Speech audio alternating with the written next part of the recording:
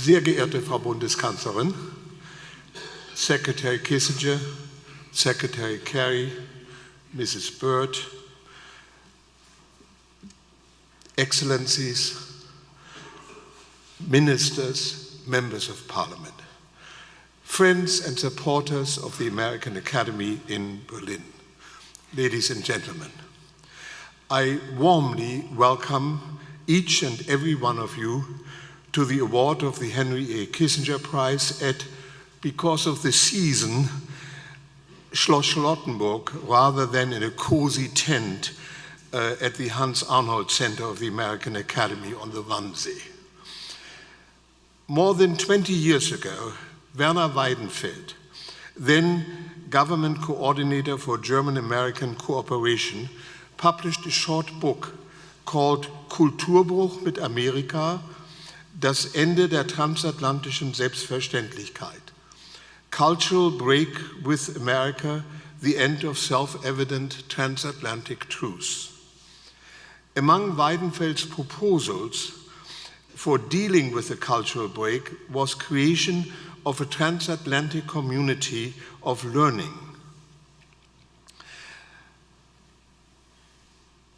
To institutionalize discussions about how our societies can solve their problems. The Academy's founder, Ambassador Richard Holbrooke, had officially begun a campaign to create an American Cultural Academy in Berlin 2 years earlier in the fall of 1994. In establishing the American Academy in Berlin, Holbrooke and the founding chairman, Henry Kissinger, Richard von Weizsäcker, and Thomas Farmer, created a community of learning, an institution that probes what we have in common, how we differ, and where we should go. It is an institution where intellectual exchange between Americans and Germans intellectual exchanges between Americans and Germans cover, in addition to transatlantic relations, general politics and economics, sociology, history, law, music, art, writing, comparative literature, film, architecture, art history. In your 2007 talk commemorating the 60th anniversary of the Marshall Plan, Madam Chancellor, you said about the American Academy that it had become a central place for open discussions. I quote the short passage in German. Dieses Haus ist ein zentraler Ort für offene Diskussionen geworden. Für offene Diskussionen über den Sinn, den Zweck, den Wert des transatlantischen Miteinanders in allen seinen Bereichen, in allen seinen Facetten, ohne Tabus und ganz ausgerichtet auf die Tatsache, dass neue Generationen heranwachsen, mit denen immer wieder auch über die Bedeutung des transatlantischen Verhältnisses gesprochen werden muss. The Henry A. Kissinger Prize has been awarded annually since 2007 to a renowned German or American figure in recognition of his or her outstanding services to the transatlantic relationship. Once in 2015, the prize was also given to an Italian President Giorgio Napolitano.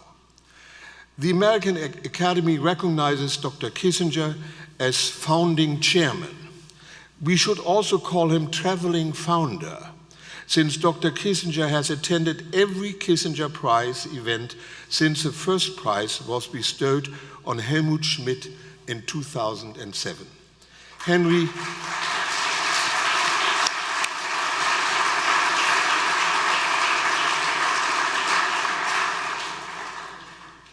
Henry, we are profoundly grateful to you that you have come to help us honor Chancellor Merkel.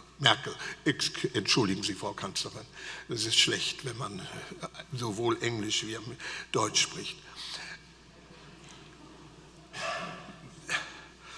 Madam Chancellor, when almost 10 years ago you spoke at Stanford University, you concluded your remarks by invoking Stanford's German motto, Die Luft der Freiheit weht, the wind of freedom blows. You said, To me, this motto is filled with life whenever our common American and European values are translated into reality through a shared sense of responsibility and partnership, through knowledge and innovation and respect for human dignity. This is what you have devoted your political life to, and this, among other reasons, is why the American Academy is bestowing the Henry A. Kissinger Prize on you. Before we turn to Secretary Kerry, who will be our laudator, there will be a short video message from President George W. Bush. And in deviation from the printed program, Dr. Kissinger will make his remarks after Mr. Kerry. Congratulations to my dear friend, Chancellor Angela Merkel, on being awarded the Kissinger Prize. Angela is a courageous leader who serves the German people with vision and strength. She has remained a steady hand in turbulent times. As president, I was comforted by her friendship. Laura and I are sorry we can't be there with you, but we congratulate you and the professor as you accept this honor. We send our best wishes to Dr. Kissinger and everyone gathered in Berlin.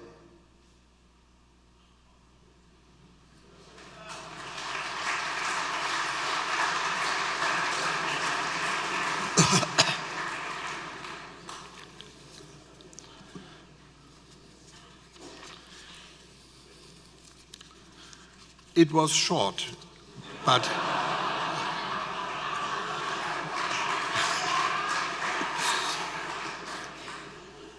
he felt it.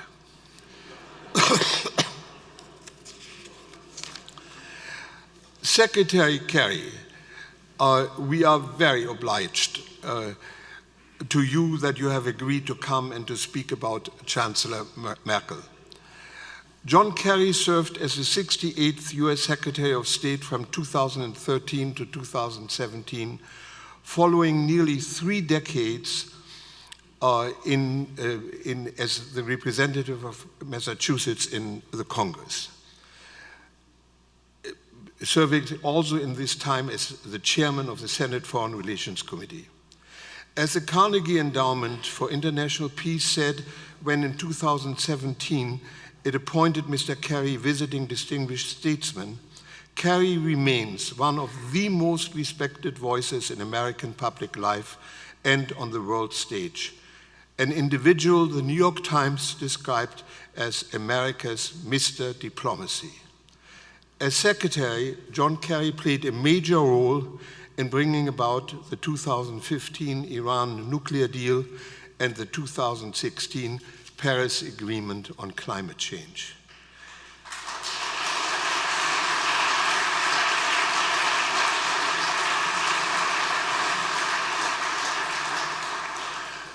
Mr. Kerry, please permit me to make one reference to your first Berlin experience as a 12-year-old in 1955, when your father was an American Foreign Service officer here.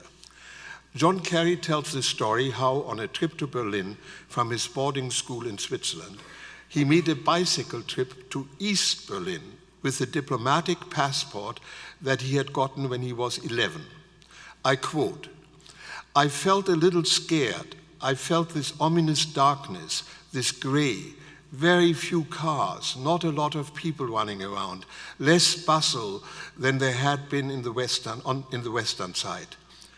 And I felt this sort of darkness in a way that I said, you know what, I don't think it's such a good idea to be here. And I actually turned my bike around and I went back into the American sector. And I remember, of course, when I told my dad about my great adventure, I was promptly grounded, my passport was yanked, and I think my father sort of wiped his brow and marveled at his good luck that I had not become an international incident in that moment. John, we are very happy that eventually you became an international success instead of an international incident.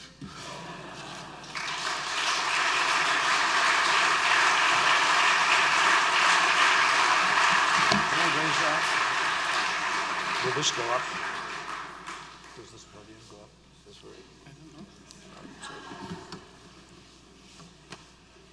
Thank you, Garth. Thank you very, very much for, let me just wait till everybody, can we raise it? Wunderbar, it's incredible.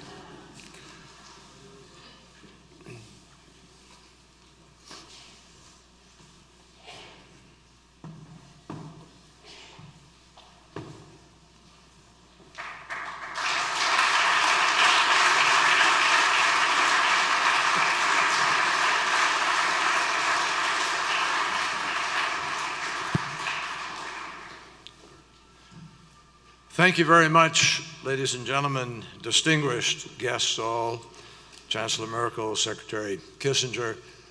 Henry never stops doing diplomacy, folks. He managed to get Bush and Kerry together again. Sort of. To paraphrase President Kennedy, looking out at you here in this remarkable setting, I see the greatest gathering of great minds committed to diplomacy and transatlanticism, with the possible exception of those nights when Henry Kissinger dines alone. And all of us know of the extraordinary journey of this gentleman. As we were riding over here, he was sharing with me his first visit here, his days in the infantry in 1944. There are a lot of things we all know that Henry Kissinger has done in a remarkable life, but most of all, he has proven to us that 96 is the new 40.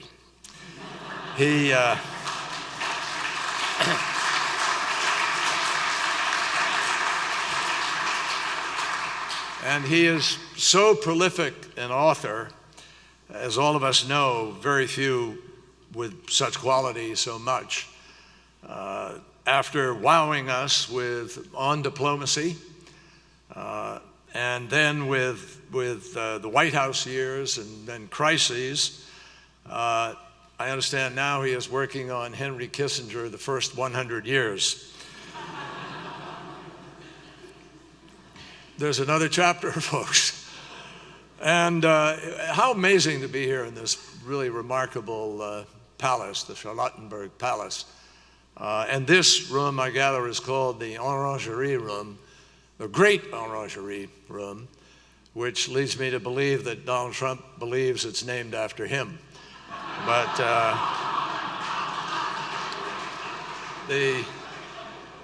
that's as far as I'm going to go, Henry. Miss Secretary, this prize, which bears your name, is a special gift to everybody. It is not a museum piece, but a motivator. And it is not just a prize to admire, though we do, but more importantly, particularly in these times, these difficult times, it is a charge to keep. It's a reminder of all that creative diplomacy can do to hold together a liberal order built not just on shared interests, but on shared values, something you don't hear enough about in international affairs. No one better reflects achievement in that endeavor than tonight's recipient, Chancellor Angela Merkel.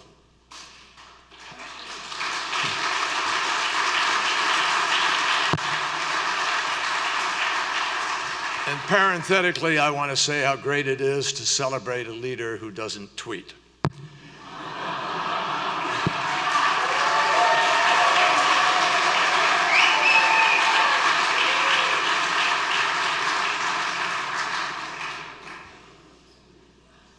We know so well, and when I say we, I mean this is a shared belief.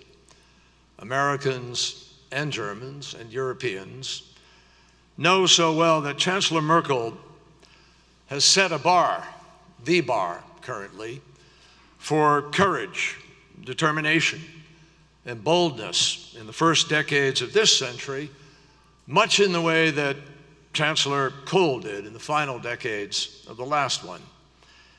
If bringing Germany together was Kohl's immutable legacy, then holding Europe together is forever Merkel's mark.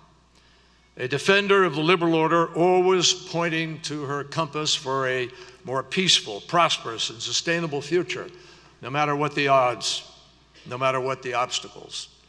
And I think we certainly saw that over the course of this last weekend, when once again, with her creative tenacity, she worked diligently at the hard stuff of diplomacy to break the cycle of violence of a failed state in Libya. At a time when the world has been experiencing tectonic shifts in the nature of and resilience of governance, when institutions we thought we could count on often didn't measure up, the world could always count on Angela Merkel to stand on principle.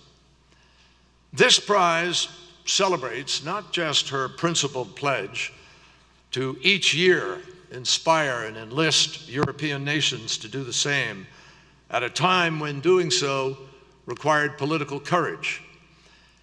It celebrates not just her rejection of protectionism and nationalism, nor her leadership to make 400 billion euro of capital available to the Eurozone to ensure the trading bloc itself would endure. It's not just her dogged defense of NATO, her decision 3 years in a row to deploy a German battalion to Lithuania in a symbolic show, but a critical one, of solidarity with a NATO ally bullied by Russia.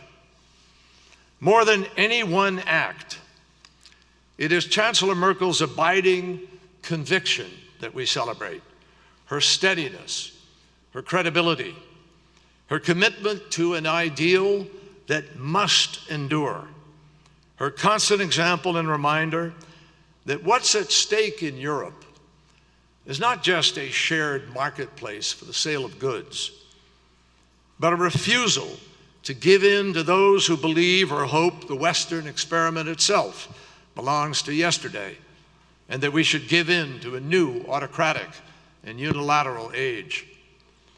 While others thought they could ride the tiger of neo-authoritarianism, Chancellor Merkel set out to tame it. Angela Merkel has always understood that the European project was not just the dream of a common market.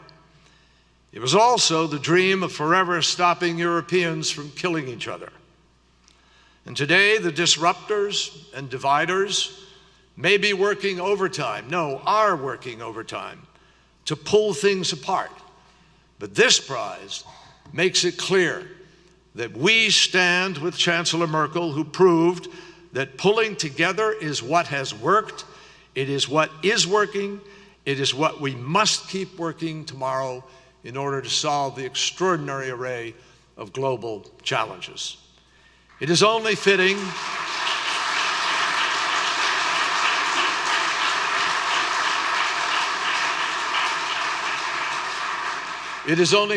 that the leader who best understood the value of the Western order is the one who in her own life also best understood its fragility.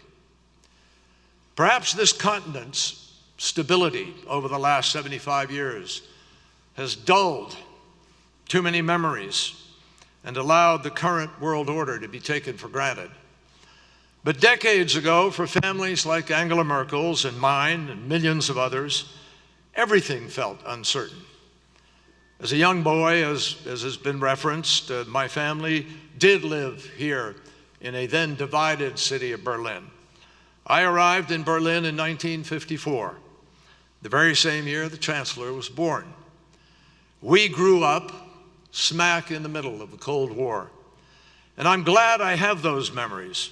Memories I was mentioning to Henry driving over here, being at the beaches of Normandy in 1947 when I was 4 years old.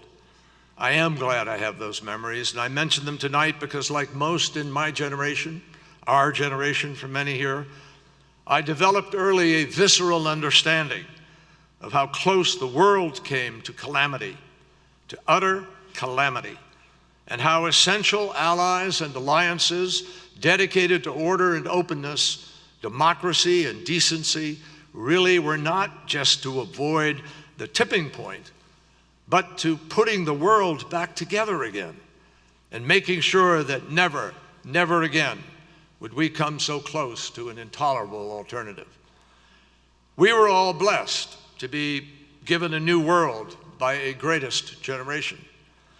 But we were also taught a lesson that every generation has to renew that greatest of gifts for the ones to follow.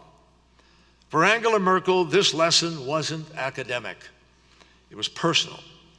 It was the lesson of growing up in a country and a Europe divided.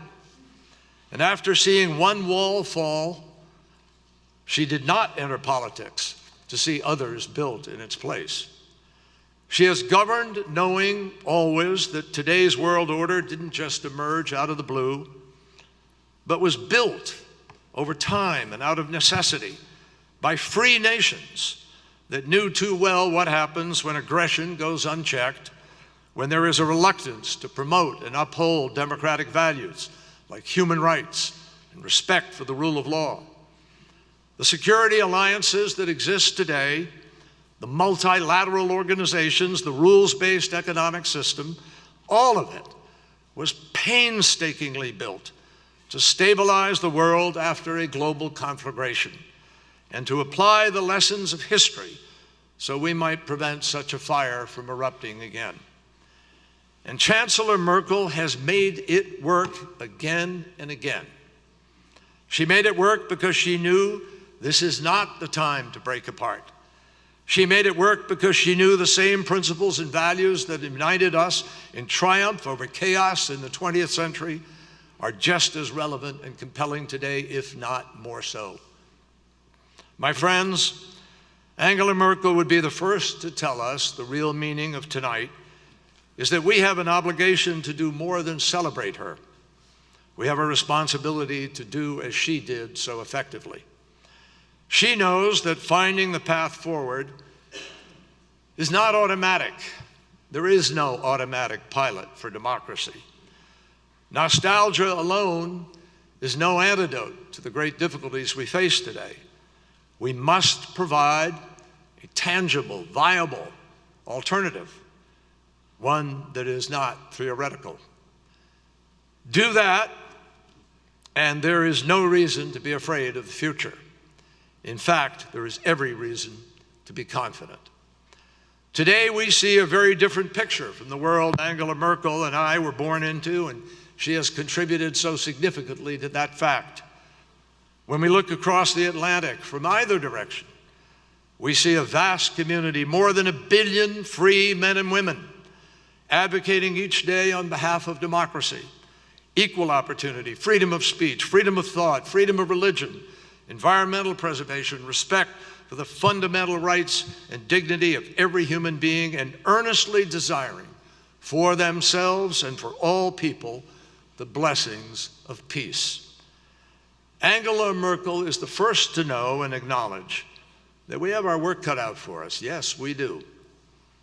But her public life is a reminder the transatlantic partnership is not a trophy from the past that we can put on a mantle and admire once a year. It is a living, breathing, multifaceted endeavor. And we have to renew it with each generation and refuel it every day with our energy, our ideas, our resources, and above all, with our collective determination. That is what the Kissinger Prize represents. That is what Angela Merkel's legacy lifts up, and that, my friends, is our collective charge to keep. The award of the Kissinger Prize to Angela Merkel should inspire all of us. Thank you.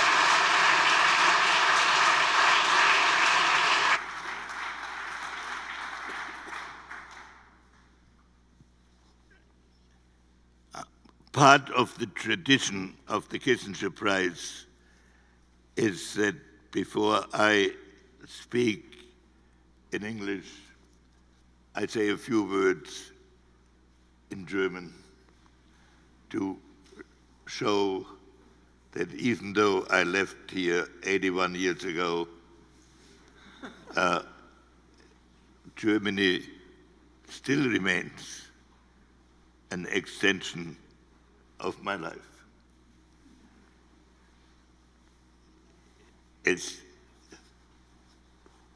Die Tatsache, dass Secretary Kerry hier zu demselben Thema spricht wie ich, soll vielleicht beweisen, dass die Gegnerschaft in Amerika, über die man so viel liest, auch eine andere Seite hat.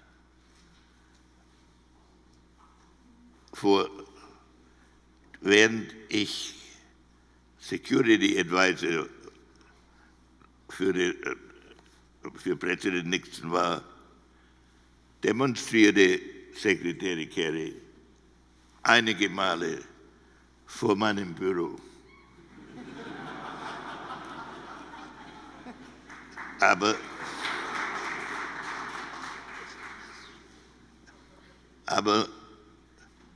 zu meinem 90. Geburtstag vor 6 Jahren kam Secretary Kerry und sagte,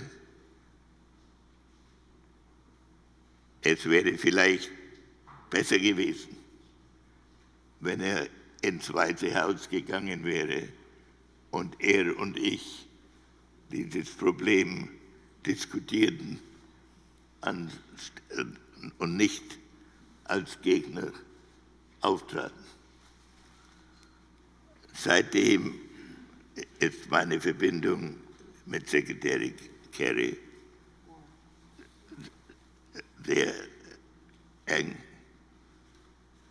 Ich habe versucht, ihm zu helfen, als er Sekretär war, und ich bin sehr dankbar, dass er die Einladung angenommen hat, zusammen mit mir unsere Verehrung für Kanzlerin Merkel hier auszudrücken.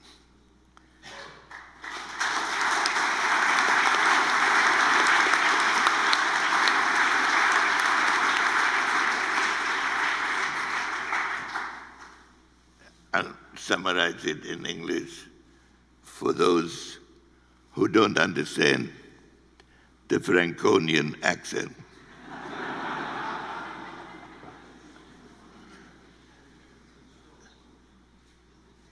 When I was security advisor,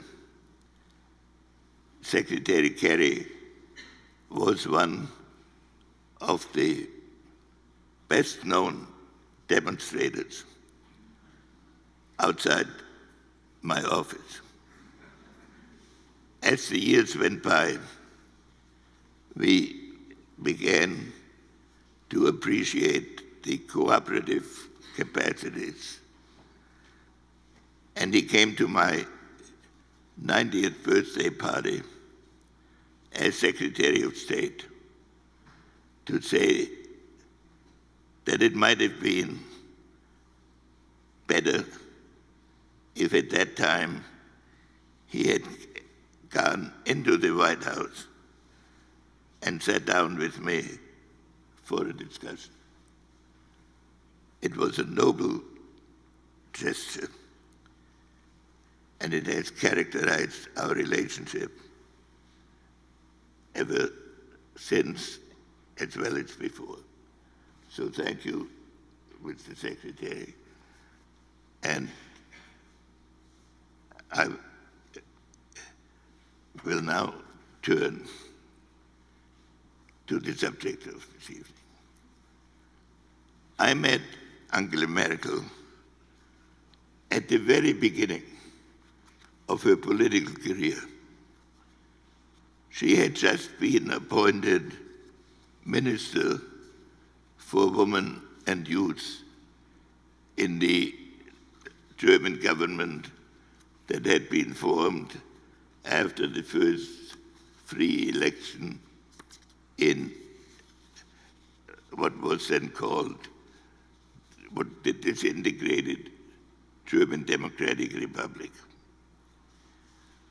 Her position was not one heretofore identified with incipient claims to national leadership. So she asked me why I had come to see her. And I replied that I wanted to learn how an East German would react in serving in a West German government. She answered me in my first exposure to the Merkel style of matter-of-fact truthfulness. I cannot really say that I have made that transition yet. When I go on holiday these days, I still feel more at home in Bulgaria than in France. But I am working on the problem. And when you call on me again, you will be able to judge the progress I have made. In the years to come, Angela Merkel fulfilled that prediction. She was Secretary of the CDU a few years later and Chancellor a few years after that. It is an incredible evolution. I am grateful for the many occasions she gave me to follow her rise from researcher at an East German university to political leader of a democratic state. Unobtrusive about the process, but effective as to substance.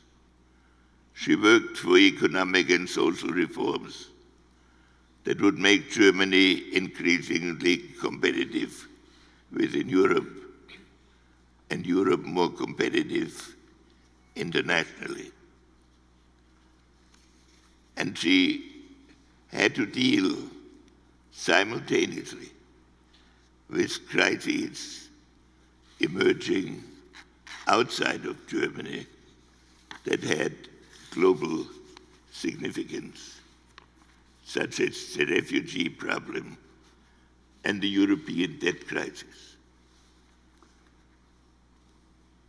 Angela Merkel mastered these challenges with what I have called the Merkel style. Speculations about the personal motivations did not interest her. Answering the economists, she said she was concentrating on her job, not her historic role. She approached her career in politics as a kind of extension of her training as a scientist. In a period in which politics increasingly slid into the manipulation of emotion.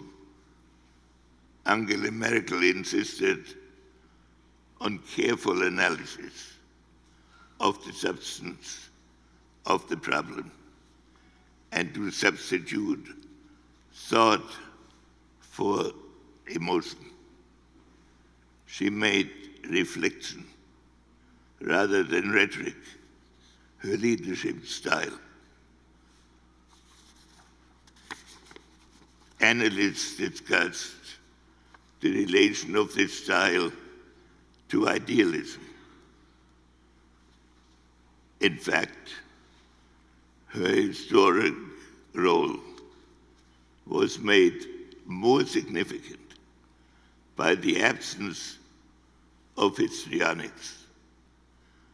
Government in Merkel Germany became the matter-of-fact solution of the challenging, turning the emotional into the doable.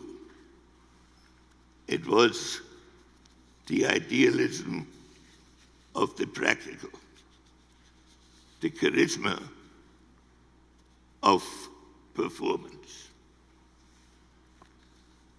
In due course, Merkel was faced with has been the nightmare of German leaders since the catastrophe of the Second World War.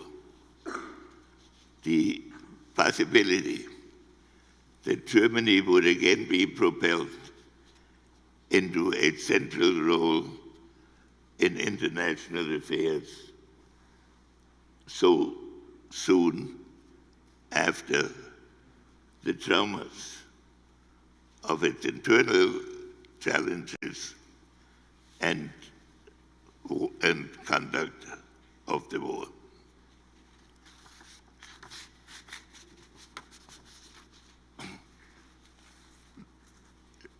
The challenges were produced by the debt crisis and the refugee problem, and by transformations that were occurring throughout the world.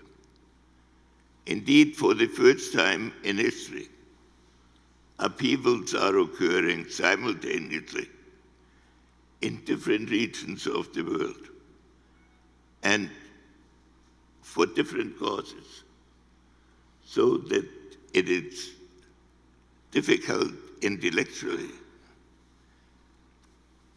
and daunting politically to try to find solutions that deal with all issues simultaneously and to define a role for a specific country, particularly a country whose relatively short history, if one considers that it began a little more than 100 years ago, had been marked by almost constant upheavals internationally.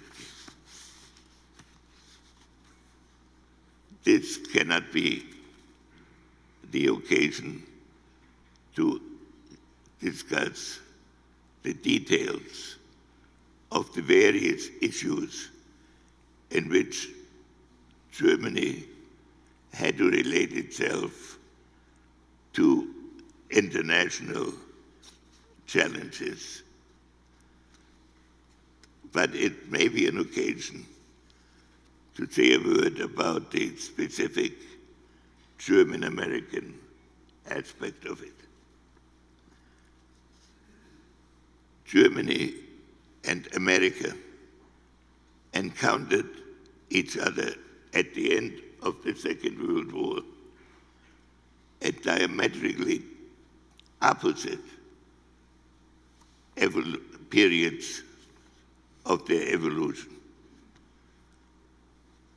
Germany was at the nadir of its evolution.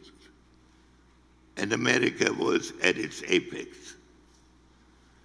But one can describe the great achievement of German policy, that in the interim, this gap has been narrowed to a degree that many of these problems have become common problems, but the perception of them and the way of dealing with them cannot be unaffected by previous histories. So we are now at a different period than at the end of the Second World War. At the end of the war, the challenge was to enable Germany to find a way into the international community. Now the challenge is twofold.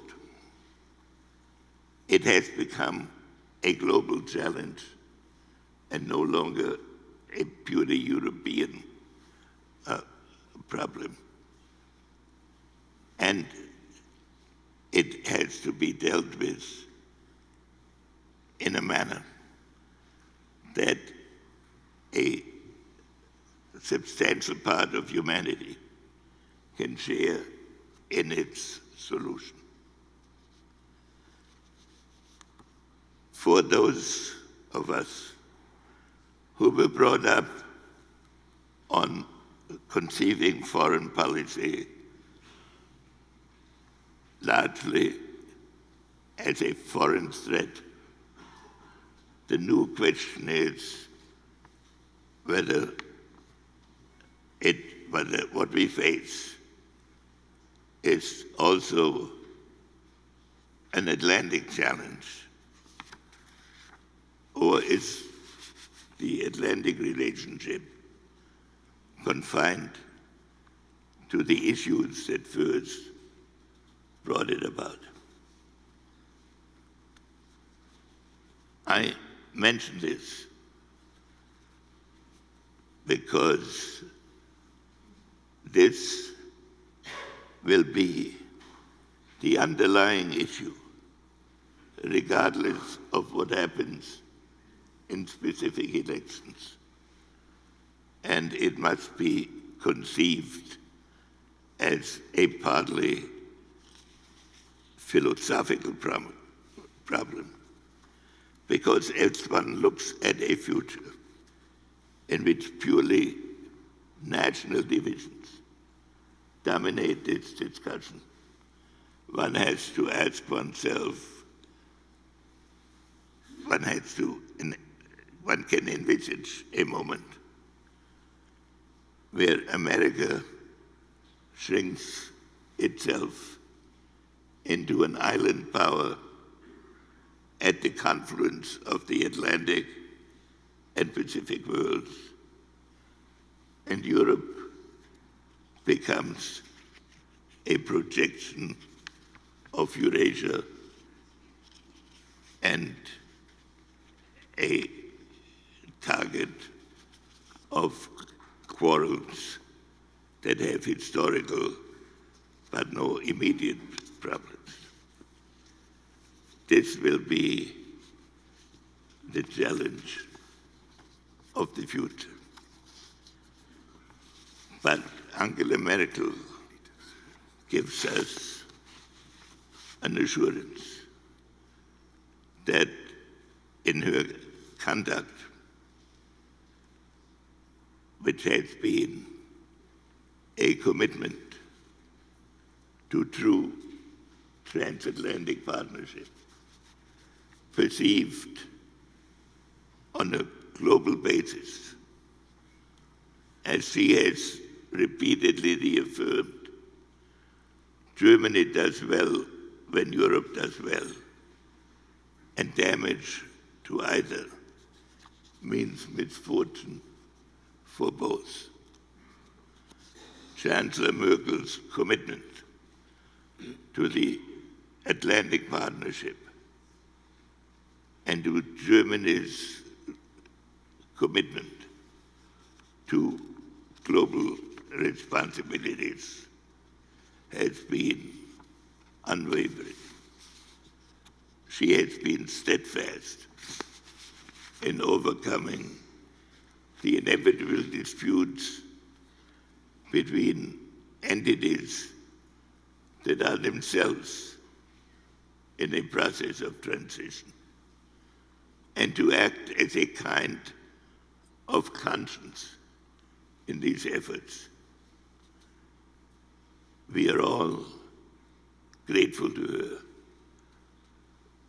for her role in merging national with European imperatives and European temptations with Atlantic perspectives.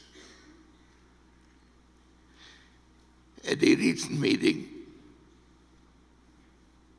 Angela Merkel said to me that she had devoted her public life to this notion of partnership,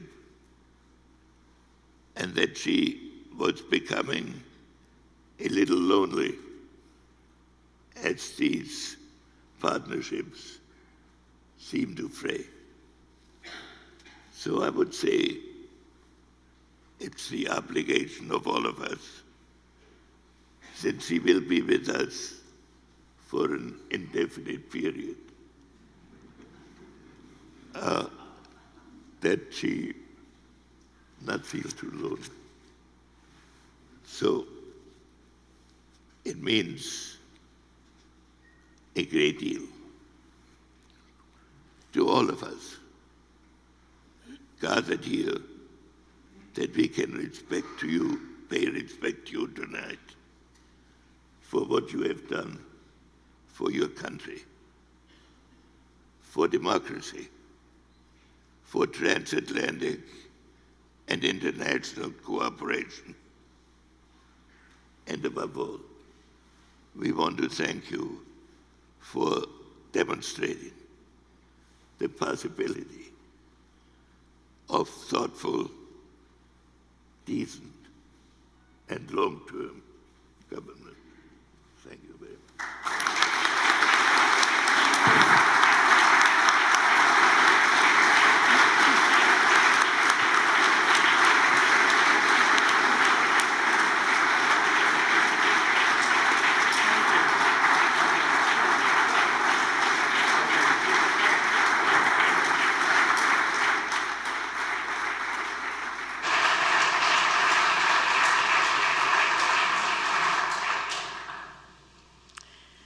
Since 2007, the Henry A. Kissinger Prize has been awarded annually to a renowned American or German figure in the field of international diplomacy.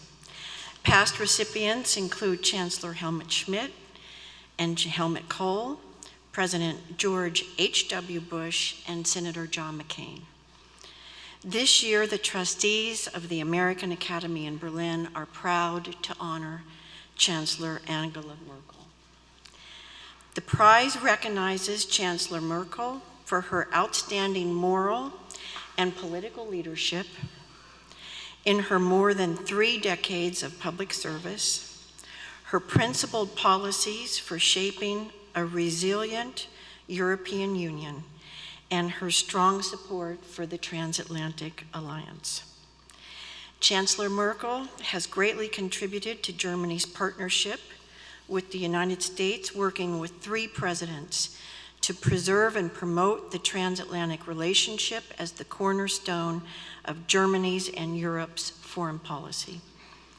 In fair weather and foul, Angela Merkel has supported this relationship as the ultimate guarantor of the values on which the new Germany was built after the devastation of the Second World War. Her steadfast defense of the integrity and unity of the European Union, her work with Central European banks to stabilize the euro, and her hosting of the G7 and G20 summits, and of course, as we saw this week, her hosting of the conference on Libya. These have all demonstrated the central role Germany is playing in Europe and on the world stage. Under Chancellor Merkel's leadership, Germany has assumed a key role in the Kyoto Protocol and the Paris Climate Agreement. Her Energiewende has made Germany a world leader for tackling climate change and promoting clean energy reforms. At home, Chancellor Merkel has done much to make Germany a more open and pluralistic society. Her successive governments have supported early childhood education and children's rights and pushed for a more flexible access to the labor market. Financial incentives and new regulations have resulted in a dramatic increase of women in the workforce. She has been called the Chancellor of the Free World, the liberal West's last defender, and of course, the most powerful woman in the world. By whatever criterion, she is a truly remarkable leader. For these achievements, and among many more, the American Academy in Berlin is proud to honor Chancellor Angela Merkel with the Henry A. Kissinger Prize.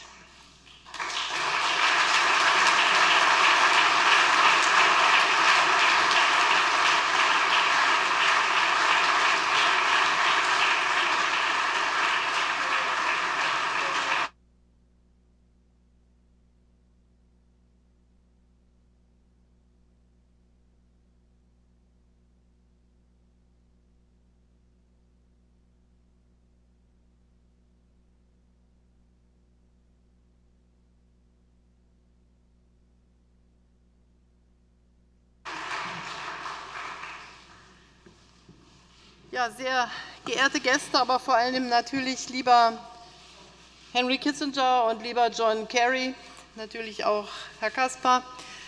Meine Damen und Herren, es ist natürlich eine große Ehre, aus diesen Händen der American Academy diesen Preis zu bekommen, der ja erst einmal Ausdruck ist der außenpolitischen Kraft seines Namensgebers, von Henry Kissinger. Und wenn man einfach mal überlegt, über wie viele Jahrzehnte er die Außenpolitik entweder aktiv oder aber durch unglaublich prägnante Einschätzungen prägt, dann ist es für mich eine wirklich große Ehre und auch ein sehr bewegendes Ereignis, in seiner Anwesenheit diesen Preis zu bekommen. Und die Tatsache, dass das, was man bipartisan, glaube ich, nennt in den Vereinigten Staaten von Amerika, dass Gespräche möglich sind unter Menschen, die vielleicht früher miteinander demonstriert haben oder gegeneinander demonstriert haben, nicht miteinander, gegeneinander demonstriert haben und dann doch erkannt haben, dass es sehr viel Gemeinsames gibt. Das ist auch etwas, was die American Academy auszeichnet. Und vielleicht ist ja eine der Sachen, die wir heute am allermeisten brauchen, der Erhalt der Gesprächsfähigkeit. Jemand hat heute geschrieben aus Davos, dass dort die einen sind, die an den Klimawandel glauben und die anderen, die nicht dran glauben, und dass das Allerschlimmste ist, dass alle darüber reden, über ihre jeweilige Meinung, aber überhaupt nicht mehr miteinander reden. Und wenn wir früher eine Welt des Kalten Krieges hatten, in der wenig geredet wurde, aber immerhin noch geredet wurde, dann habe ich manchmal heute Sorge, dass bei sehr viel mehr Freiheit auf der Welt die Fähigkeit, miteinander ins Gespräch zu kommen, nicht zugenommen hat. Und deshalb bin ich natürlich genauso dankbar, dass John Kerry hier die Laudatio gehalten hat. Wir haben gemeinsame politische Abschnitte miteinander durchschritten und auch in einem guten Miteinander auch manches geschafft. Bei manchem gibt es wieder Rückfälle. Das ist das Leben. Ich habe schon in der DDR gelernt, von Lenin 2 Schritte vorwärts, 1 zurück, wenn es gut kommt. Es kann auch mal umgekehrt sein. aber wir alle betten uns in den Lauf der Geschichte ein. Nun habe ich mich gar nicht mehr erinnert, wann ich Henry Kissinger das erste Mal begegnet bin, aber das, finde ich, ist so typisch für ihn. Er war und er ist es bis heute einfach immer neugierig. Und wir feiern jetzt ja, oder wir sind in einem ganz spannenden Jahr jetzt in Deutschland, nämlich zwischen 30 Jahre Mauerfall am 9. November vorigen Jahres und dem 30. Jahrestag der deutschen Einheit, dem 3. Oktober diesen Jahres. Und plötzlich kommen ganz viele Dinge wieder hoch von Menschen, die diese Einigungsphase durchlebt haben, insbesondere in den neuen Bundesländern, in dem, was früher die DDR war. Und wir fangen wieder an zu fragen, haben wir genug miteinander gesprochen, haben wir uns genug ausgetauscht, verstehen wir genug von dem jeweiligen Leben? Und ich sage mal, wenn sich alle immer so verhalten hätten wie Henry Kissinger zu Beginn meiner politischen Arbeit als Frauen- und Jugendministerin in der ersten gemeinsamen Regierung unter Helmut Kohl und sich interessiert hätten dafür, wie ich mich denn so fühle in dieser westdeutschen, das war es natürlich nicht, es war die gesamtdeutschen Regierung, aber sie war schon ziemlich westdeutsch, das darf man sagen. Und es gibt Leute in Deutschland, die würden sagen, ich habe es immer noch nicht geschafft, die Transformation, aber die allermeisten glauben, glaube ich, dass ich doch auch als Ostdeutsche eine gute Kanzlerin der Bundesrepublik Deutschland sein darf, obwohl man politisch unterschiedlicher Meinung ist.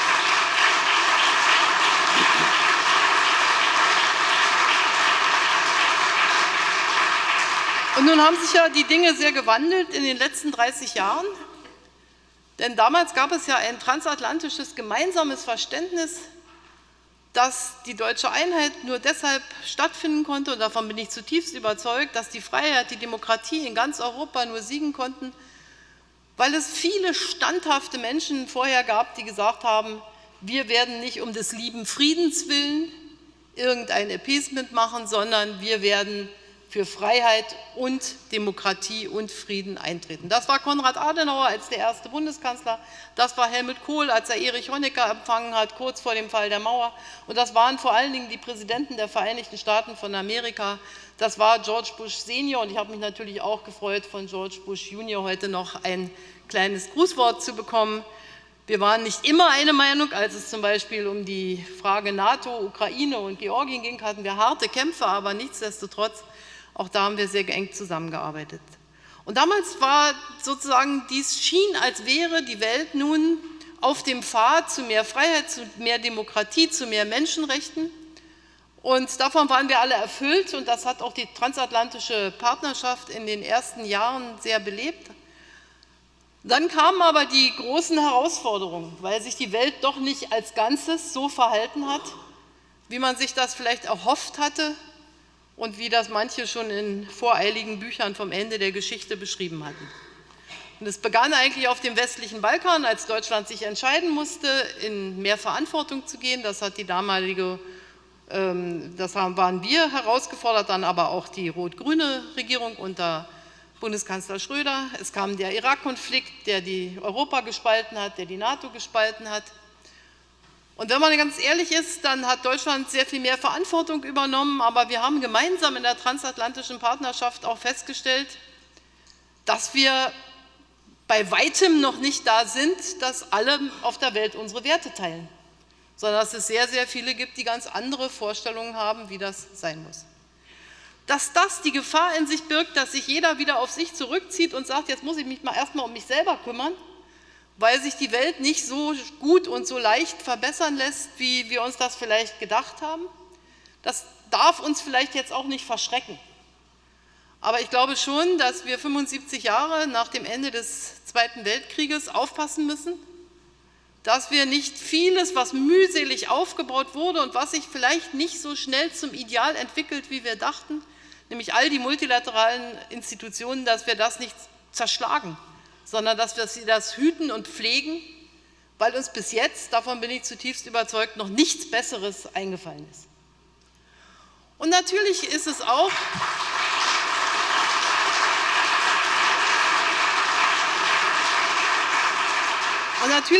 für Menschen, die aus der Zeit des Kalten Krieges kommen, natürlich auch eine unglaubliche Herausforderung Und ich meine, Henry Kissinger war der Erste, der ein großes Buch über China geschrieben hat. Es ist schon eine große Herausforderung, dass plötzlich eine politische Ordnung, die sehr viel näher den kommunistischen Systemen steht als einem demokratischen System, dass ein solches Land plötzlich ökonomisch so erfolgreich ist. Im Kalten Krieg war klar, wer diktatorisch oder kommunistisch, sozialistisch, wie man es auch immer nennen will, regiert wird, wird über kurz oder lang ökonomisch nicht erfolgreich sein. Mit China haben wir im Augenblick eine andere Herausforderung. China baut auf einer ganz langen Tradition, sagt, wir waren 200 Jahre weg in den letzten 2000 Jahren und waren nicht führend, jetzt kommen wir da wieder zurück, wo wir immer waren. Und das verschreckt jetzt sehr viele. Und natürlich müssen wir auf Fairness aufbauen, natürlich müssen wir Multilateralismus so machen, dass die Regeln für alle gelten, alles klar. Aber ich plädiere dafür, dass wir nicht wieder in eine neue Bipolarität verfallen, sondern dass wir versuchen, mit dem, was wir an Ergebnissen, an Erfahrungen haben im Multilateralismus, auch ein Land wie China dort mit einzubeziehen und zumindest gleichwertig zu behandeln. Und Henry Kissinger hat eben etwas gesagt, was mich auch sehr umtreibt. Wenn es die transatlantische Partnerschaft nicht gibt, wenn diese gemeinsamen Werte, die wir ja heute haben zwischen der Europäischen Union und den Vereinigten Staaten von Amerika, auch wenn das manchmal auf den ersten Blick vielleicht kribbeliger aussieht, als es ist, wenn das nicht ist, dann wird natürlich sich die Frage stellen, werden wir dann ein Teil Eurasiens, seitdem der Papst einmal gesagt hat, Europa ist sozusagen die Halbinsel vor Asien, habe ich mir die Landkarte nochmal neu angeguckt. Und wir müssen uns als Europäer jetzt genau überlegen, wie wir uns positionieren wollen in einer multilateralen Welt. Und da sind wir mehr gefragt, oder ich sage es immer so rum, unser Interesse an guten transatlantischen Beziehungen ist meiner Meinung nach größer als vielleicht im Augenblick das Interesse der Vereinigten Staaten von Amerika. Die haben nämlich eine atlantische Küste und eine pazifische. Und die haben die ganz große Herausforderung, China sozusagen vor der Haustür, wenn man es mal das Wasser abzieht. Und das bedeutet natürlich, dass wir auch für uns definieren müssen, dass wir diese transatlantischen Beziehungen pflegen wollen. Ich darf für mich sagen, dass ich das möchte, und ich sage das auch für die ganze Bundesregierung. Und eine letzte Bemerkung.